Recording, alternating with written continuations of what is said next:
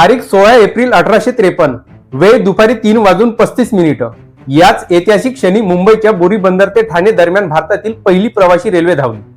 बोरी बंदरच्या प्लॅटफॉर्मवर जमलेल्या हजारो लोकांच्या डोळ्यात कुतूहल होतं आणि हवेत वाफेच्या इंजिनचा तो ऐतिहासिक सिटीचा आवाज घुमत होता. भारतातील पहिल्या ट्रेनला ओढण्यासाठी साहिब, सिंध आणि सुलतान अशी नावे असलेली 3 शक्तिशाली वाफेची इंजिन जोडण्यात आली होती. या इंजिनांनी ओढलेल्या 14 डब्यांमध्ये त्यावेळी 400 प्रवाशांनी आपला पहिला रेल्वे प्रवास अनुभवला. या प्रवासाला सुरुवात होताना 21 तोफांची सलामी देऊन नव्या युगाचे स्वागत करण्यात आले. भारतातील पहिले रेल्वे प्रकल्प ग्रेट इंडियन पेनिन्सुला रेल्वे कंपनीने पूर्ण केला होता. यामध्ये ब्रिटिश इंजिनियर सोबतच भारताचे नाना शंकर सेठ यांचे सुद्धा योगदान अत्यंत महत्वाचे होते. त्या काही फर्स्ट क्लास तिकीट 2 रुपये, सेकंड क्लास 1 रुपया आणि थर्ड क्लास तिकीट साधारण 9 ते 10 पैसे इतके स्वस्त होते.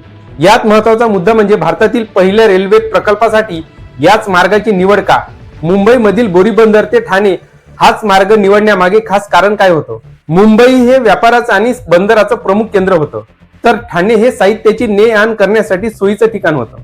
34 किलोमीटरचा हा छोटासा प्रवास भविष्यातील अखंड भारताला जोडणाऱ्या महाजालाची पहिली पायरी ठरला.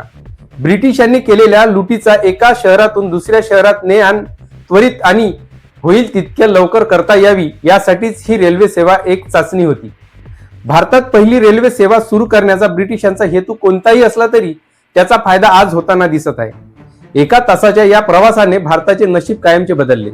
आज भारतीय रेल्वे जगातील एक मोठी शक्ती आहे, ज्याचा पाया 1853 वर्षी रचला गेला.